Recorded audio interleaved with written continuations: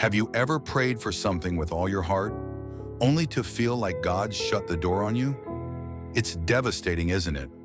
We've all been there asking questions like, God, where are you? Why are you rejecting me? I thought you loved me. These thoughts are more common than we might think, but the real test comes in how we handle them. As believers, when we feel rejected by God, it's crucial to remember that a no isn't always rejection. It could be a redirection. In this video, we'll explore how God's no can lead us to a far greater purpose than we ever imagined. We'll look at the story of David and uncover how God's redirection transformed his legacy, just as it can transform ours. It's normal to feel disappointment when our prayers don't seem to be answered the way we hoped. You might feel like you've done everything right. You've prayed, fasted, and trusted God, yet the door remains closed. Maybe you're asking, why, God? Don't you want the best for me? Yes, He does. But here's something we all need to understand. God's desires for us are always greater than our own. His plans are so much higher than what we can see or imagine. When He says no, it's not to hurt us. It's to guide us into something better, something that aligns with His perfect will. And while it may hurt at first, God's no is often a safety net, redirecting us toward the path we're meant to walk. The power of a redirecting no. Let's dive into a powerful example from the Bible. David, a man after God's own heart, loved the Lord deeply. He was known for seeking God's will in everything he did.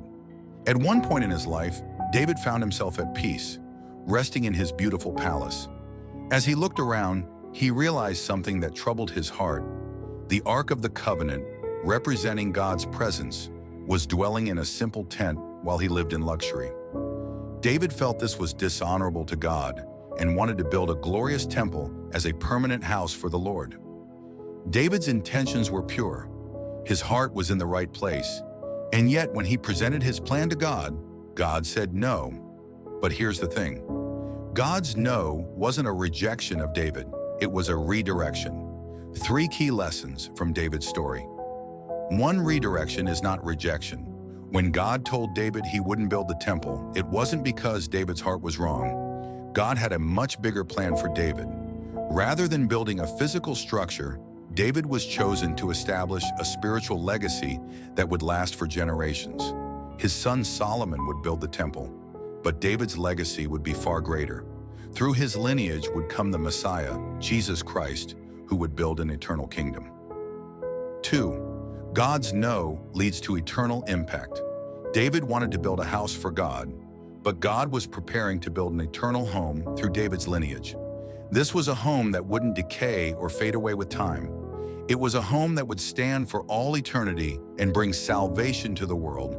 Imagine if David had focused only on the temple. He would have missed out on being part of God's grander plan for redemption.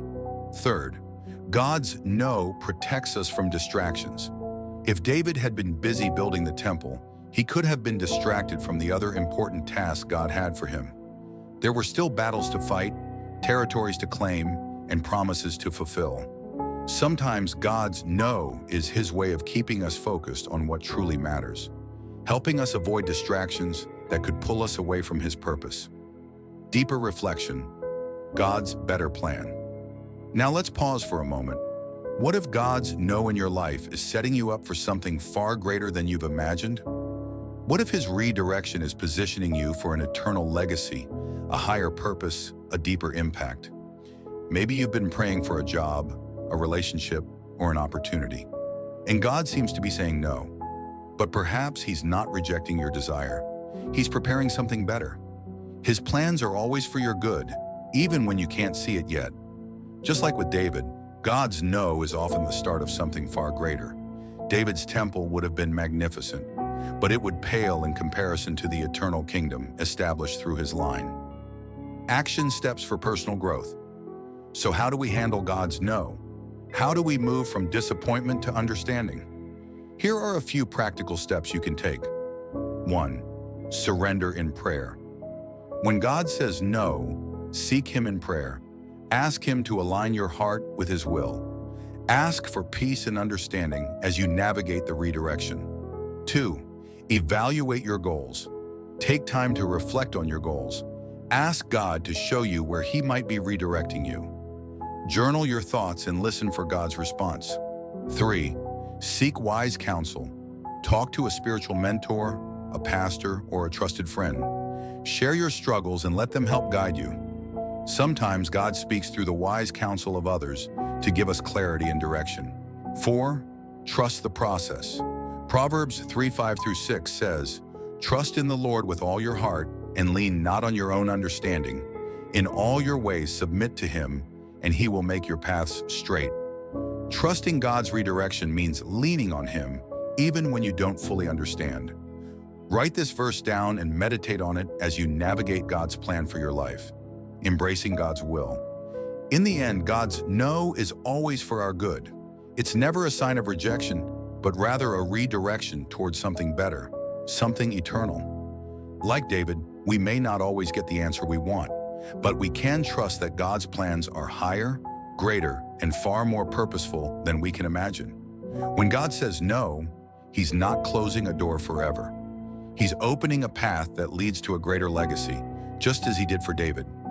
If you've been wrestling with unanswered prayers, take time to seek God in prayer today.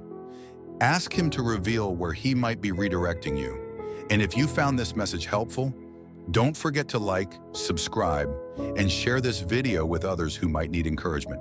Trust the process and watch how God turns your no into something beautiful.